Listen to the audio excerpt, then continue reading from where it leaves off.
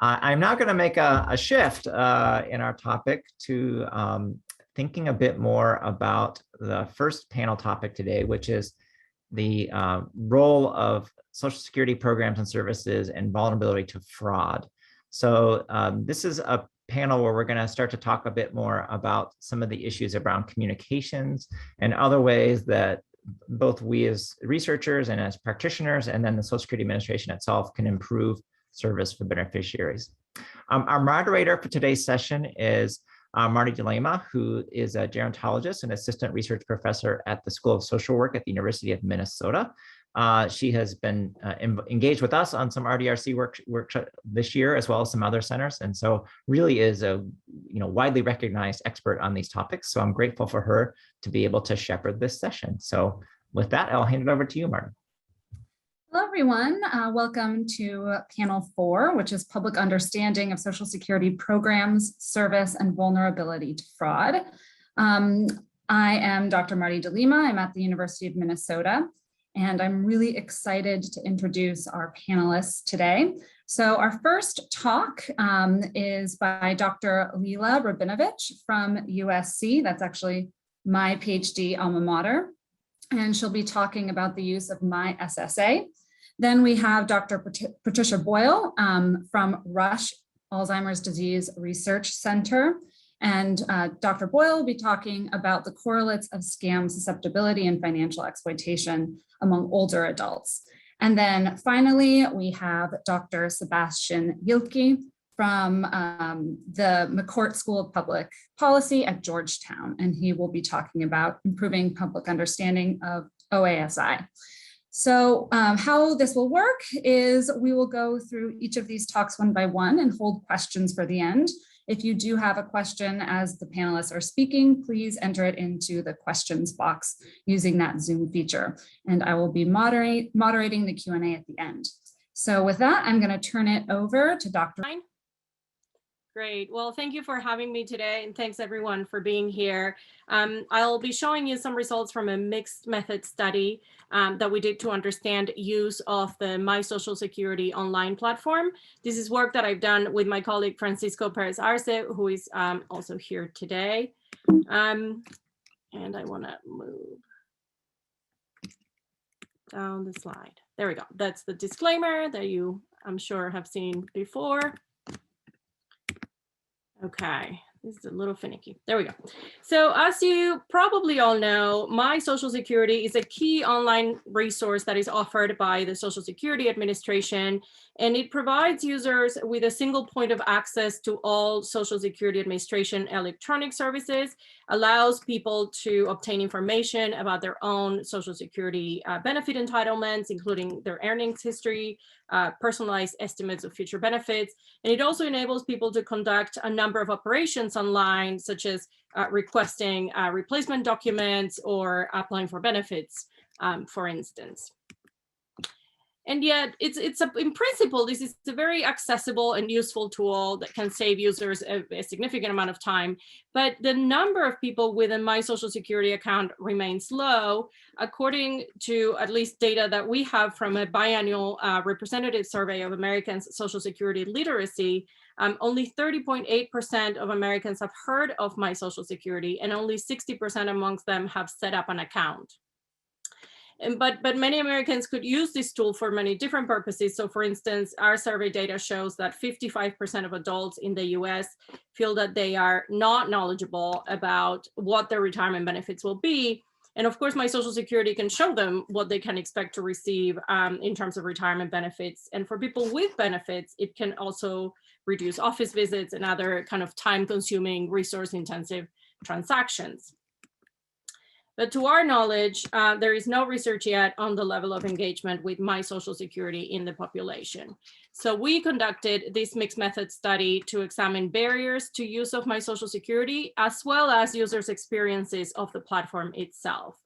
And ultimately, the study aims to provide insights into kind of priorities for increasing My Social Security penetration, as well as for optimizing its use in the population. So in phase one of the research, we leveraged existing data from surveys administered through the Understanding America study, which is a nationally representative internet household panel that we ran out of the University of Southern California. And these surveys measure respondent Social Security literacy, including awareness and use of My Social Security, as well as internet literacy and respondents' online habits more broadly. And we use the quantitative data in this study to both analyze the determinants of My Social Security account usage, as well as for recruitment of the qualitative sample. So for phase two, the qualitative data collection, we recruited 24 Understanding America study panel participants to form a diverse sample, qualitative sample in terms of internet literacy, current usage of My Social Security, and Social Security beneficiary status. And so during the interviews, participants were asked about their prior interactions with Social Security in their online habits and prior experience with My Social Security, the platform itself. And then we asked participants to log into or create a My Social Security account and answer a series of questions about navigating various elements of the platform itself. So first, a little bit on the quantitative results. What we find is that by far the strongest predictor for both having an account and for the number of activities conducted on the account is being a Social Security beneficiary. Internet literacy and education levels are also important determinants of account ownership and use. And younger individuals are less likely to use My Social Security than older ones, even after controlling for beneficiary status, even though younger Americans are likely to be more internet literate, be able to access and use this account more effectively. So then quickly on the qualitative results. So at the beginning of the interview, we started by asking participants, as I mentioned, about their online habits, such as online banking and shopping, which can help us kind of frame their views of My Social Security in the broader context of their overall internet activities. And we found that the majority of our participants, in fact, use online banking and shopping and other online services. Of course, needless to say, all of our participants also use the internet to participate in the online panel that they were recruited from. But so of course, there's maybe a little selection bias here, but even within our sample, we find individuals who are very reluctant to conduct a lot of business online, especially with things that require sensitive personal information, such as banking information or Social Security numbers. So what we find is that both users of online services and non-users that share the view that privacy and security are important concerns and that there are risks to conducting business online. But the difference is that more avid users of online services tended to also argue that these risks are inevitable, that there's always going to be some level of risk in doing things online, but that we have to engage with the online world in order to do the business of everyday life. And those who don't use things like online shopping and banking had two main reasons. The first one was the security and privacy concern, of course, but they also reported a feeling of low internet or computer literacy to do things correctly. So that the fear that they reported was that they would make mistakes in say, a Social Security account or a bank account that would then be irreversible. They wouldn't know how to fix those mistakes. And then in addition to privacy concerns and low internet or computer literacy, participants that didn't have a prior My Social Security account before the interview cited two additional reasons for not having engaged with the platform before. So first, as expected, some participants noted a lack of awareness. They just didn't know that the platform exists. But second, some individuals who did know that the platform existed did not consider it necessary to create an account because they had no need yet for the information and services that are available on the platform. So an issue of like no perceived relevance to themselves. We then asked participants to log in or create an account and find specific information on the platform. So we asked them about basically navigability and ease of finding different information and transactions that they might need. For instance, we asked them to find disability eligibility information or where to request replacement documents. And most felt the information was in fact very easy to find on the platform. So they typically rated the information a 1 or a 2 on a scale of 1 to 5, with 1 being very easy to find and 5 being very difficult to find. It usually took participants well under a minute to find any of the bits of information we asked them about. However, there were a few issues with some types of information that people noted. So for instance, finding Medicare related information was tricky for some participants. Finding definitions of certain terms like full retirement age, a couple of participants weren't quite sure what that meant and they couldn't figure it out from the platform. And there were 2 other areas where participants would have wanted clear and personalized information and couldn't find it. So one area was the interaction between benefits and pensions. And the other area was the interaction between spousal or survivor benefits and retirement benefits. And so for these type of interactions, participants reported wanting a clear way to estimate optimal claiming behavior, but they didn't feel the platform afforded them this. They couldn't find it anywhere, and they all felt that they would need to call ultimately anyway to find out how this all worked. Now, of course, the caveat here is none of this necessarily means that the information isn't there. It just means our participants had trouble finding it, and it may perhaps not be displayed as prominently as it could. We also asked participants about how relevant the information on the platform is to them.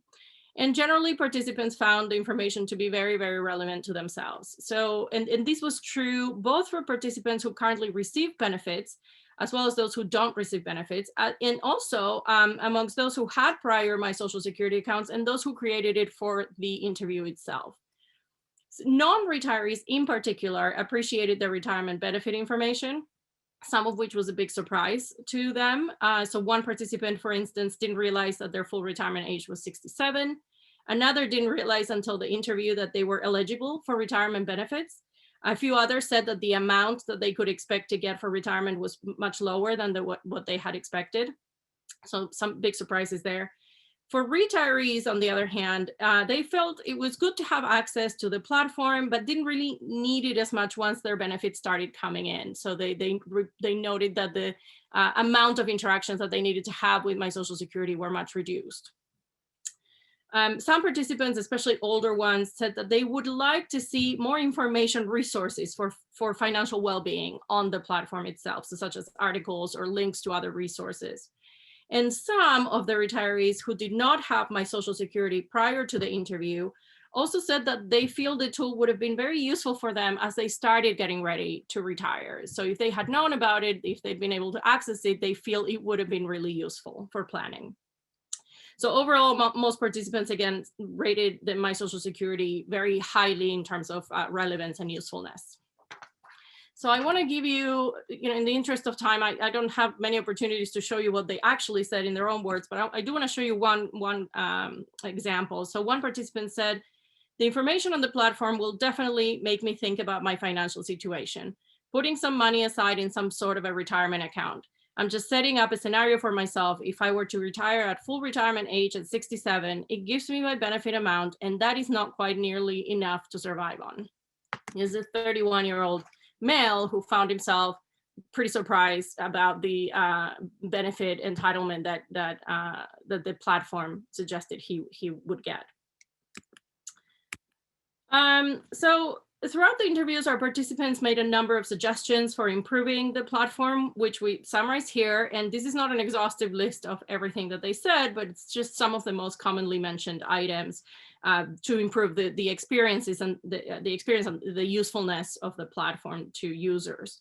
And so these suggestions include some easier fixes and some amendments that may be a little more complex. And so the easier fixes include better signposting of important information, like the Medicare information, signposting of the sliding scale feature to ascertain what your benefits will be at different ages of claiming, description of some key terms that appear frequently on the platform for people pre-retirement. And some of the harder fixes may include having clear and more personalized decision support information about interaction between pensions and other benefits and retirement benefits, as well as perhaps adding additional retirement preparedness resources that people can consult on the spot, both for people who are pre-retirement and people who have already retired and need information on budgeting and so forth. One of the most interesting suggestive implications here is that for younger people especially, My Social Security could be a potentially useful retirement preparedness tool. So we had 15 non-retirees in our sample, although this includes some people who were receiving other benefits from Social Security. And we know that there are many barriers to retirement readiness, some of which are behavioral. And in fact, interviewees noted some of these barriers themselves, like procrastination, overconfidence, limited attention. And they also noted, of course, lack of knowledge on certain areas around financial and retirement literacy and preparedness. And the suggestion here is that My Social Security could help address some of these behavioral and knowledge barriers. And it does so by prompting individuals early and clearly and providing kind of a salient negative shock to correct expectations. It could also be a positive shock, but that's not what we observe in the interviews. So what the study also suggests is that the issue may not be so much about retention of users once they create an account, because participants seem broadly happy about how the platform works, what it does, what information it provides. But instead, the issue may be more about the initial capture of users, so getting people to create an account in the first place. And to recap what we said a few slides ago, there seem to be 4 main challenges to this initial capture, and these include individuals not knowing about the platform, having concerns about privacy and security, not thinking that they'll be able to use the platform, so low internet literacy or low, internet and computer self-efficacy, I guess. And individuals knowing about My Social Security, but not understanding how this may be relevant to them, how they may use it for practical planning purposes. And it may be, of course, a combination of all of these. So closing, our study points to some promising areas of future research. We would love to know whether our qualitative findings are replicated in the general population. And there's some potentially fruitful questions around how do we increase My Social Security penetration, how to improve the platform to better meet the needs of users, and how to optimize the retirement literacy opportunity that is offered by the platform to people in the pre-retirement period. And with that, I will stop sharing and pass it over to the next. Beginning. Okay, thank you. I'd like to start by thanking the organizers and Marty for the invitation to present today. I want to mention this work that I'm presenting represents a collaboration between myself and a co-investigator here at Rush, Dr. Lei Yu, and Gary Matola from the FINRA Investor Education Foundation. And the opportunity to combine sort of the expertise of us on the academic side with individuals from the public policy and education side has really broadened both the scope and impact of the work that we've done in this area. And I would definitely encourage others to think about engaging in such partnerships, and want to thank the FINRA Foundation greatly for their effort in this way. Here's the disclaimer. This work was supported by Social Security Administration as well as the National Institute on Aging of the NIH. So I'm going to talk today some about elder financial fraud, which poses major economic and public health challenges. As all of you know, older adults hold the vast majority of household wealth in the US, and at the same time, they're highly vulnerable to financial scams and fraud. More than 5 million older adults are defrauded each year, including 1 in 18 who are cognitively intact. And I want to emphasize that point about the number of cognitively intact individuals who are defrauded. In the aging field for sure, and my sense is from interactions with others in finance and economics, there's a similar sort of way of thinking, that fraud is really limited to individuals who have cognitive impairment or overt disabilities. This is certainly not the case. Emerging evidence strongly suggests that Fraud is something that happens to individuals of all cognitive levels, individuals who are highly engaged and active in the world, even working older adults. And so I think the scope of this problem is much larger than currently understood. We really need to take that aspect of this problem seriously. It is difficult, of course, to precisely estimate the financial impact of fraud and exploitation, but some estimates suggest that financial losses may exceed $35 billion a year. In addition to the financial impact, fraud and victimization have major public health implications. Victimization is linked to hospitalization, admittance to nursing homes, depression, social isolation, as well as a host of psychological effects, and even early mortality.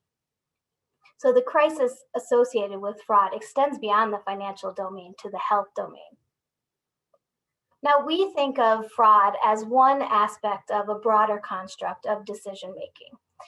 Now, of course, decision-making is important across the lifespan for maintaining health and well-being and opportunity, but it's critical in old age. Older adults face a host of important decisions, ranging from those around Social Security benefits to other financial decisions, intergenerational transfers of wealth, management of often very limited retirement funds, and a host of decisions in the health domain. So older adults are making a wide array of complex health choices, end-of-life health planning, and so on.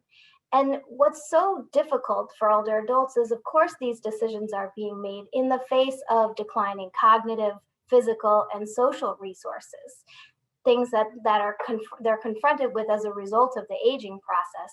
And of course, aging is a time when individuals have a limited opportunity to recover financial and other losses. Our work uses a neuroscientific approach to understand how aging affects decision-making, fraud and scam susceptibility, and other behaviors. We use data from multiple Rush Alzheimer's Disease Center-based cohort studies of aging, and I'll tell you about one of them in a moment. And our work with the SSA specifically examines factors related to scam susceptibility and fraud risk in older adults, focusing on the role of cognition, literacy, psychological and social factors, and other experiential factors.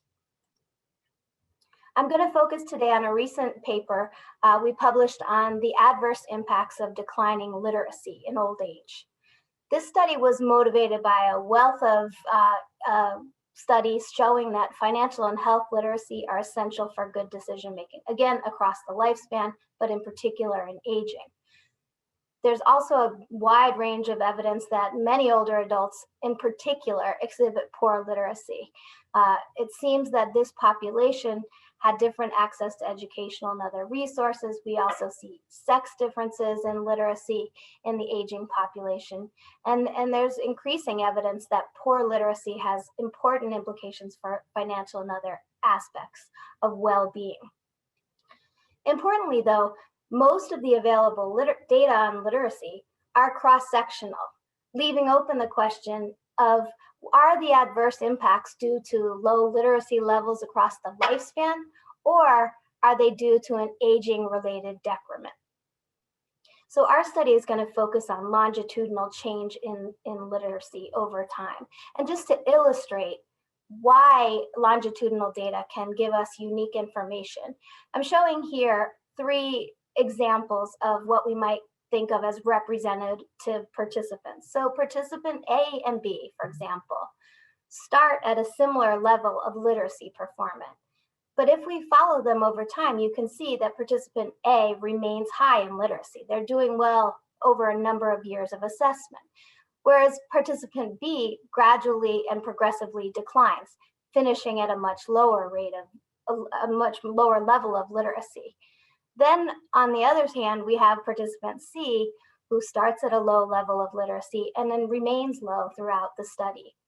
If we take a snapshot of literacy performance at any single point in time, so here in the oval, I'm showing the last assessment of literacy, for example, and we relate that to adverse health outcomes, scam susceptibility, decision-making, and other things, we can show evidence of associations of literacy with these outcomes, but we don't know whether those associations are driven by a low level of literacy or an aging-related change in literacy over time.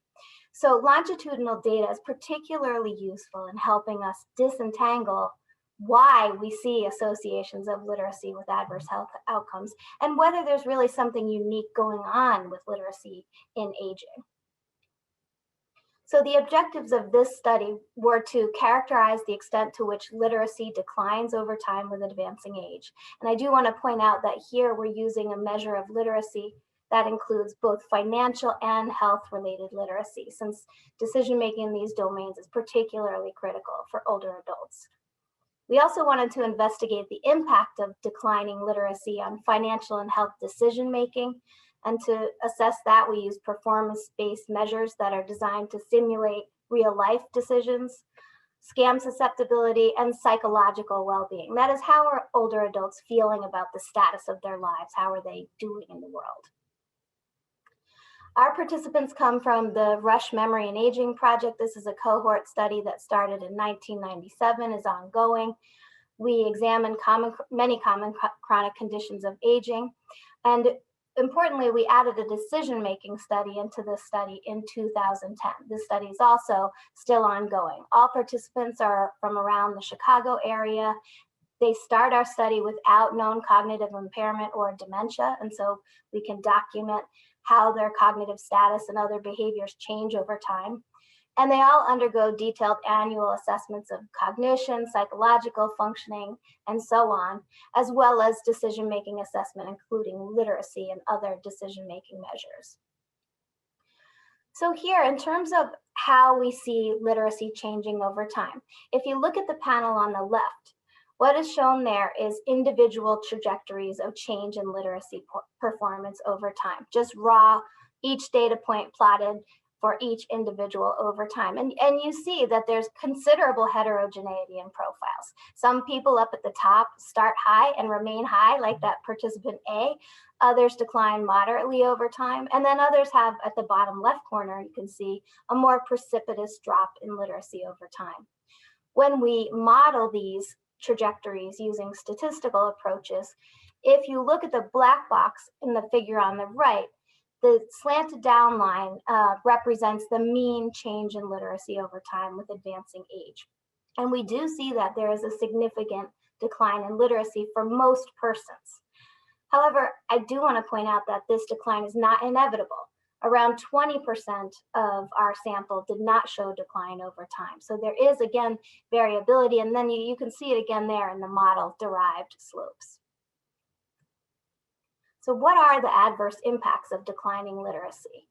Here I'm going to show you the relation of declining literacy with 3 outcomes. If you look at the x-axis, that shows the rate of change in literacy over time. A more negative estimate, so toward the left, represents greater decline. So what we see is that faster decline in literacy is associated with poorer financial and health decision-making, higher scam susceptibility, and poorer psychological well-being. And I want to point out here that, interestingly, for all 3 outcomes, it was the rate of change in literacy that was more strongly associated with these outcomes than the starting level. So it's not just having a low level of literacy throughout your lifetime that predisposes you to adverse outcomes. It's in fact an aging-related decrement that drives these adverse health outcomes. So in conclusion, the study showed that most older adults show decline in literacy over time, although it's not 100%, of course. We do think that aging-related processes such as decline in cognition and other abilities degrade literacy, and this is something that we're actively investigating, to determine what specifically are the strongest predictors of age-related change in literacy. And we see that declines in literacy, in particular, are a potent driver of adverse outcomes, including financial and health decision-making, vulnerability to scams and fraud, and also psychological outcomes. There are several implications of this work. The first, I think, is that we need to identify modifiable factors that prevent or minimize age-related change in literacy. So in other aspects of function cognition, for example, we've been able to identify psychological, behavioral, and experiential factors that protect against cognitive decline. We're very much interested in doing that in the case of literacy and financial and other aspects of decision making. You know, what can people do to improve their literacy? There certainly are behavioral factors out there that need to be identified. Another implication is that literacy and assessment and monitoring may be one strategy that we can employ to help identify individuals who are at risk of adverse health and decision-making outcomes. And potentially, this may be a very early marker we can use to identify such individuals. I just want to mention some related work that we are engaged in now. We do have a separate cohort study at Rush that examines similar concepts, including decision-making and literacy, and is only among older African Americans. There are about 600 people in that cohort so far. So we are looking at correlates of scam susceptibility and fraud there to identify factors that are related to that, and also whether the factors associated in African Americans are similar to or different than what we see in whites, for example. We're also doing some work on financial fragility and its determinants and consequences. And also, of course, we're always interested in the role of cognition and related things such as memory awareness. Do people know they have a memory deficit or not? And how does that impact decision-making in older adults without dementia in particular? Because a major focus for us is on identifying why these people without overt problems are so vulnerable to scams and fraud. And I do just want to mention that we collaborate with people all over the world and we happily share data. And I would invite anyone on this call who is interested in potentially using our data to reach out to me and think about ways you might leverage the data. There's longitudinal measures on literacy and a whole host of decision-making and cognitive and other variables that, you know, are really unique. And we invite others to use their own approaches to see how we can advance science and change public policy in this way. I think that's my time. Thank you very much. Thank you very much. Not asking the question whether you can hear me and see my screen. Please say a word if you don't hear me and cannot see my screen. There we go. So today I'm presenting the design of the research that I've been doing with my colleagues Pamela Hurd and Donald Moynihan, who are both at Georgetown's McCourt School as well. I want to start off with the observation that Social Security itself is probably representing the most durable and popular American redistributive program that at the same time enjoys rare bipartisan support. At the same time, however, people think that we do not spend enough on Social Security. So this data here comes from the General Social Survey that many of you are probably aware of and spans from 1985 till 2020, asking people whether they think that we spend enough money on Social Security, and can see in 2020, more than half of people have self-identify as either Democrats, Republicans, or independents / others. They do think we do not spend enough funds on Social Security. At the same time, many people are skeptical about whether they will actually receive Social Security benefits. And that's probably related to more than half of the population thinking we do not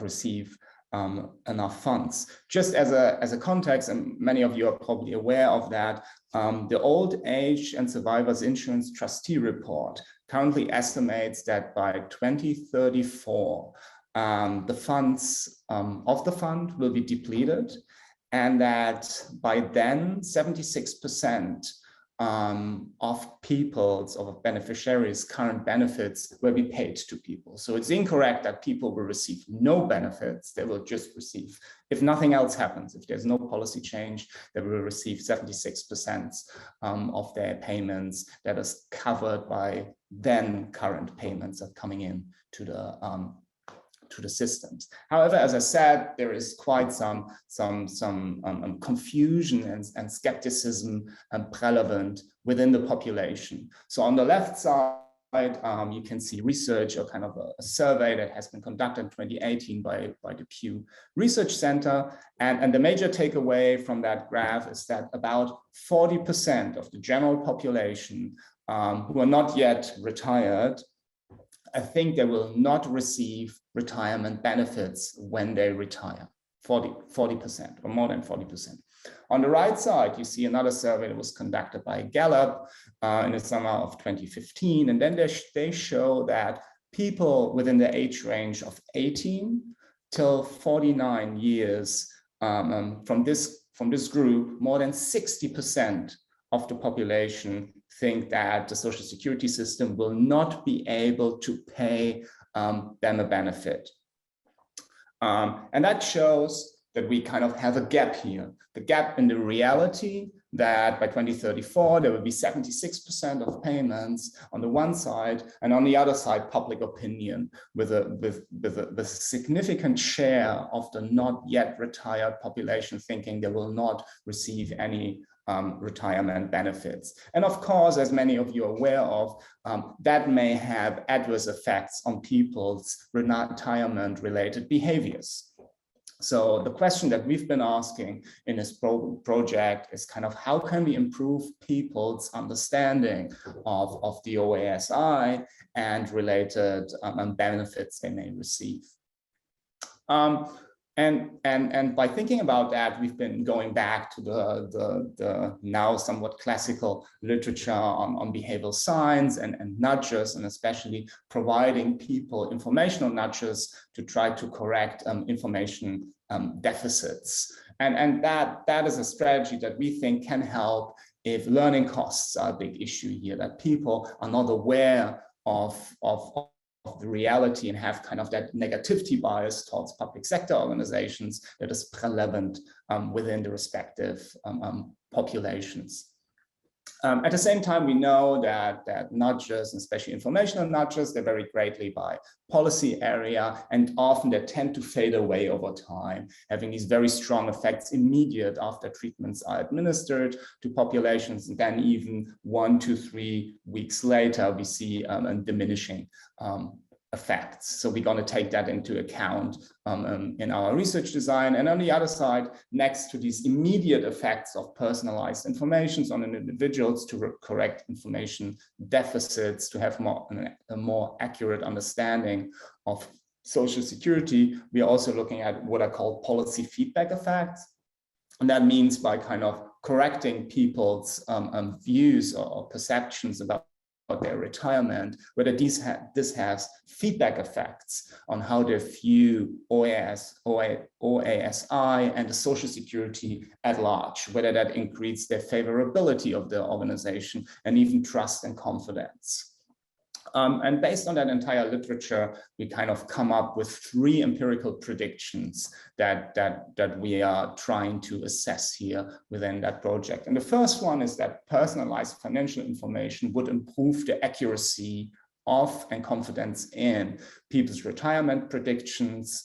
The second one would be that personalized financial information would increase the amount of people's retirement predictions, because we would assume that this negativity bias that people think they will receive no Social Security benefits will lead them to underestimate, of course, the benefits that they would receive. So we think kind of the status quo within the population is an overestimation of the benefits you would receive. And the third empirical prediction is that personalized financial information will lead to more favorable views of and support for Social Security in general.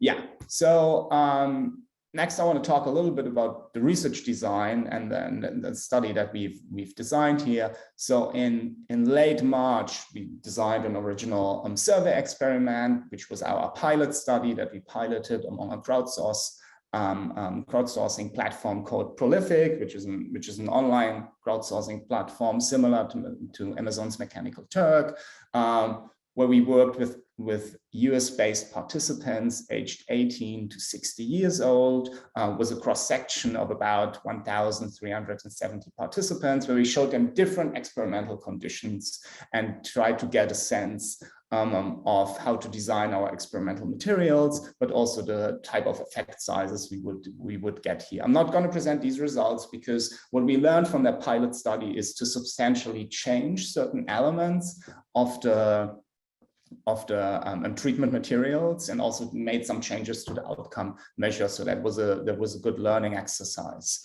Then we have the main study, and I also have to tell you, I cannot show you the results for that main study either, so I'm very sorry for that. The contract with our service provider was held up at our contractual department here at Georgetown for almost a month now. We are fielding next week, so I'm going to show you the design, and I hope that my colleagues, I'm confident my colleagues will be able to show the results at the end of the month at the CFF's RDLC workshop that's going to be held at Wisconsin-Madison.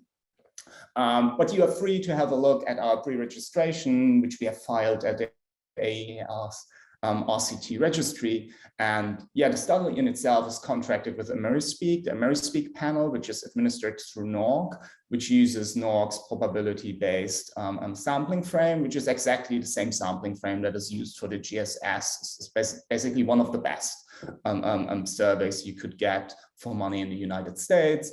It samples US-based participants aged 18 to 60 years old, plus excluding those who are receiving Social Security benefits already. It's a two-wave sample, or it's a two-wave survey with one wave being conducted, and the one wave data collection takes roughly a couple of, like 4 to 5 days, samples 1,000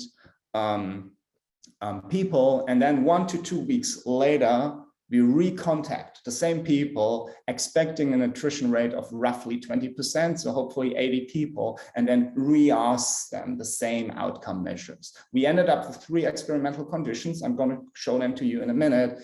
And based on the design, we are able to detect a minimum detectable effect of about 4 percentage points. And this is roughly what we have seen in the pilot study, albeit the design of the experimental conditions, experimental materials was a little bit different.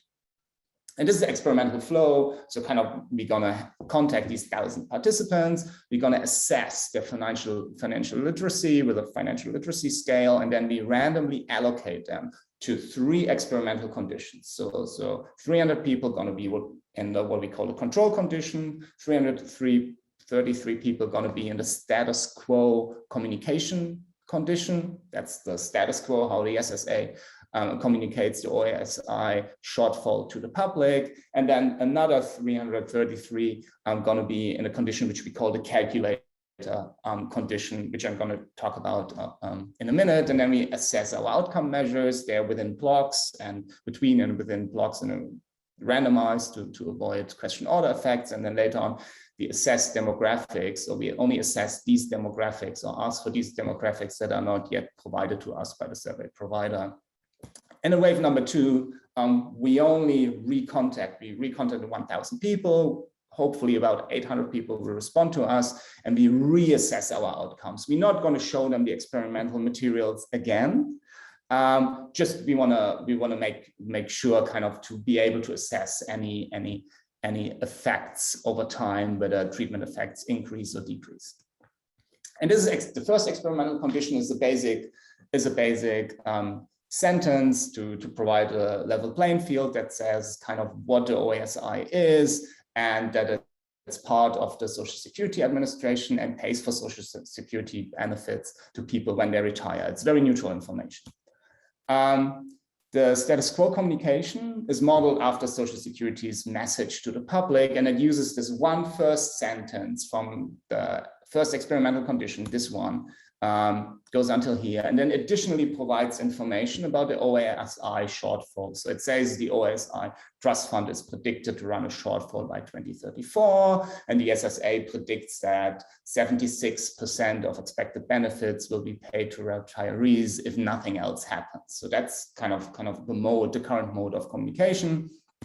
And our experimental treatment is here in condition number 3, and it indeed again uses this one level playing field sentence that is also used in the pure control condition. And then in addition, it provides an encouragement for people to go to the Social Security's benefit calculator and enter their personalized information to get a prediction of their current benefit amount they would receive. But we also ask them for all the information, so later on we can kind of assess whether the number they provide to us is the correct number, and kind of we provide them this picture where we tell them this is the amount we are asking you to report to us, and then later on, as I said, we can make sure sorry, that there's compliance, number 1, and number 2, kind of that the amount that has been provided to us is the correct one. And as outcome measures, we look at people's knowledge and confidence of their knowledge. So number 1, we ask them what the approximate security retirement amount they expect to receive when they retire. We ask that rightly after you use the calculator, but also then 1 to 2 weeks later. And then we ask them in their confidence in the prediction. We compare that to the public message, the communication status quo, and the pure control group to see kind of whether there's a difference there, but also whether there's an over or under reporting going on in the control group, which we would perceive the general population. And then, as I said, we're gonna ask also towards general views towards Social Security. We have in the bureaucratic reputation scale about Social Security. We ask for the favorability of Social Security, of the Social Security Administration, their confidence that the Social Security retirement benefits will be there for them when they retire. And then the final question is similar to the one in the Gallup poll that asks, do you think, the GSS, that asks in general, do you think we should spend too much, about the right amount, or not enough money on Social Security retirement benefits, to kind of have a benchmark comparison back to the GSS survey results. We're going to look at outcome heterogeneity with regard to age, financial literacy, political ideology. We have also measures for race, ethnicities, especially given the keynote we just saw. I think that's going to be an interesting measure. Yeah, and the next steps, please bear with us. I promise contractual problems have been resolved, and we're going to be in the field next week and have the results ready end of the month. So thanks for your attention. Thank you. So now we're going to begin the Q&A portion of this panel. There is one question here in the chat. Dr. Boyle, if you want to answer it live, that would be great. So the question is, how did you measure financial literacy or literacy in general? And what is the relationship between changes in literacy and changes in other areas of cognition, like word recall? And are these results different if the later measures are used? Sure. So we use a measure of literacy that includes financial and health aspects and questions. The financial literacy piece generally uses questions from the HRS financial literacy instrument. I assume people on this call are generally familiar with that measure. Addresses compound interest, knowledge of stocks and bonds, other financial concepts, and numeracy skills as well. And then for the health literacy piece, we use questions relating to common chronic diseases that are commonly faced by older adults, understanding of prescription drug use and things like that. Those two measures are scored together and then combined, to create a total literacy score. But we can also separate them into financial and health domains. With regard to cognition, we are now looking at how change in literacy dovetails with change in cognition over time. Obviously, the two are related. And what we're finding, interestingly, is that we are seeing changes in literacy happening before we start to detect change in cognitive function. I think that's an important finding, because what it suggests is that financial literacy and related decision-making behaviors seem to become affected by aging-related changes earlier than cognitive symptoms become evident. So again, another piece of evidence that these may be early signs of impending adverse financial and health outcomes. In the financial literacy, the literacy change paper that I showed you, we did control for cognition in those analyses. So those results were independent of the starting level of cognition. It's tricky to include change in cognition over time with those kinds of models with diverse outcomes. But there is an interrelationship between the two, but I think temporally we're seeing change in literacy first. I hope, does that clarify that? Thank you. So we still have another 8 or so minutes left for questions. So feel free to enter your questions into the question box. In the meantime, I'm happy to ask a question to the panelists. So kind of an overlapping point or theme in all of your studies was the importance of literacy and knowledge on decision making. So I want to kind of ask a more policy related question. So what might the SSA do to help boost literacy among current and future beneficiaries to improve their retirement decision making? And also, if there was like the best age to do this, at what age might you suggest that we need to kind of intervene to boost literacy and understanding? Shall I have a go? So as I mentioned, obviously our study is mixed methods, but primarily the qualitative component, I think, is very suggestive of the fact that younger ages are missing a critical financial literacy retirement preparedness opportunity when they don't access my Social Security. And I think the lack of awareness and the lack of kind of perceived relevance are huge problems, because younger people are perhaps less likely to be concerned with privacy and security. I don't know this statistically, but I'm guessing just because younger people are more likely to be online anyway. I mean, you know, just in these conversations with our participants, noting when they have kind of interactions with institutions that might offer an opportunity to promote my Social Security. So when they start a new job, when they get a new card, when they go to the DMV. And so we had actually a couple of participants that when they were trying to log into my Social Security account, were doing it through this system called ID.me, which is a secure login to different government and private services. And they used it to access DMV services, but they can also use it to access my Social Security. And so if there isn't an awareness at that point that they could just use the same system to have a look at what my Social Security says about their future, that's a missed opportunity. So thinking about when the younger groups are coming into contact with stakeholders or with agencies or groups that may cross-promote the platform, that's, I think, really key. I'll just jump in there, Marty, with regard to the question of timing. You know, I'm an aging researcher, but I really think that literacy interventions are important across the lifespan. I think that we should be starting at a much younger age in terms of, in particular, teaching financial literacy, encouraging those types of skills. We know that a whole host of factors that happen in early life are associated with health outcomes in midlife, late life, and financial outcomes in midlife, late life, and so on. So the earlier, the better, certainly. And I think given that, though, you know, older adults can still learn too. So it should be sort of a continuous process that's ongoing and with different interventions for different age groups, most likely, but certainly something that is a lifelong opportunity for benefit. Yeah, and I agree with everything that has been said. And of course, what I can talk to is only kind of the very preliminary results we got from our pilot study. But one general observation in the literature is, as I've been alluded to in the presentation, is that about 40 to 60% of the population thinks they will not receive a benefit when they retire, which may have effects on their retirement-related behaviors today. It may be in a positive way that they all start saving, but it also may be in affect their plans when they claim Social Security retirement, which makes a difference.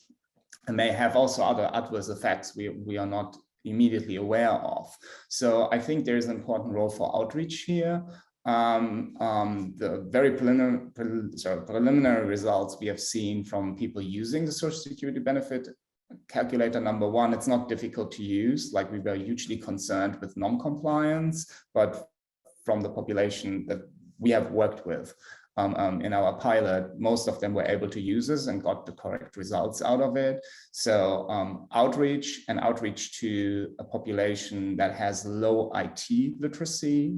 Some of you may remember from 1995 to 2011, the Social Security sent out letters to beneficiaries telling them about their prospective benefits, which was stopped because of financial reasons. But outreach along these lines, it doesn't need to be kind of a concrete prediction, but just remembering people where they can get information and that they actually will get benefits. I think that will go a long way, and that will also have potential policy feedback effects about the way how people trust the institution and perceive Social Security as a system.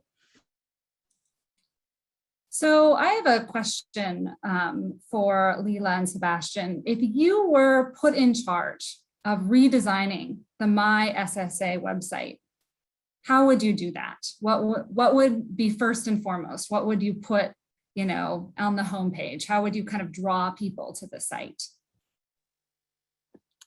Yeah, I mean, I think the issue is that the platform itself seems to be good right now. It's like our participants, again, it's a small sample, but the complaint was really not with the information that is provided. We also discussed visual aspects and how the platform appears, how it's organized, how it's laid out. None of these issues appear to be a problem. The problem really seems to be that people don't see how it's relevant. So I think that the redesign might be more one of outreach, like Sebastian was saying, than one of how do we reconfigure the platform itself. People are broadly satisfied with what it does. Having said that, I think the fact that some, especially some of the older people, suggested we could use this to further our financial literacy. That seems like a useful consideration. How can we use this platform not just to provide Social Security information, but also to expand people's financial literacy more broadly with resources they can use in other aspects of their lives. So that's one thing to consider. Thanks. And Sebastian, I might rephrase it for you. If you were in charge of the communication campaign to get people to use these tools, what would you do? Yeah, that's a good point, because I agree with Leila that at least for the benefits calculator, like it's not difficult to be used, at least a quick calculator. And getting at people is the major issue. Also getting at people through multi-channel campaigns. As I said, not everybody is literate of these IT environments, especially if you're talking about vulnerable populations. I've asked a couple of friends, family, or colleagues kind of to do that calculator in the context of designing the study. Nobody had big questions, but then again, we are within our social context, our social environment. Communication strategies could potentially involve grassroots organizations.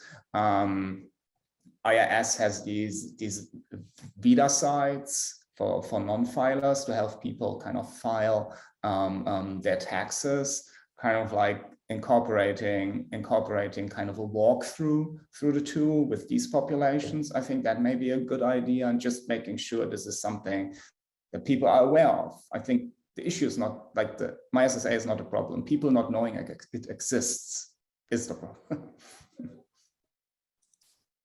Thank you. We are at time, but Michael, if there's time for one more question, one came through for Leila. Leila, would you like me to read the question, or do you see it in the Q&A? I see it. Do you believe readability or users' grade level has anything to do with initial engagement and use of the My Social Security website? Most applicants and recipients of disability benefits have a high school diploma or less, but the website appears to have a readability level about the 6th grade level, which is one. Yeah, okay, that's a great point. So we did not test for readability level, or just kind of how does individuals' literacy affect their understanding of the website, of the platform.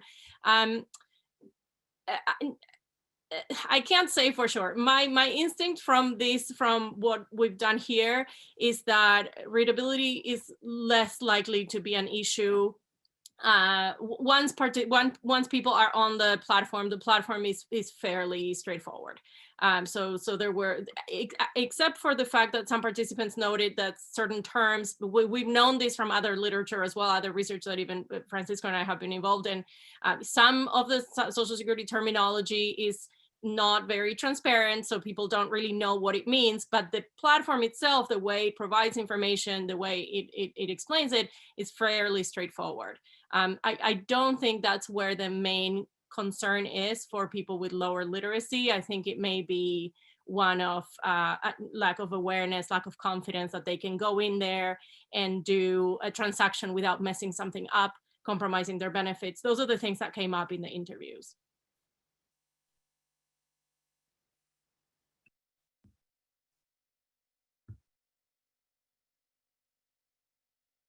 All right, thank you all. We really appreciate this topic and these insights.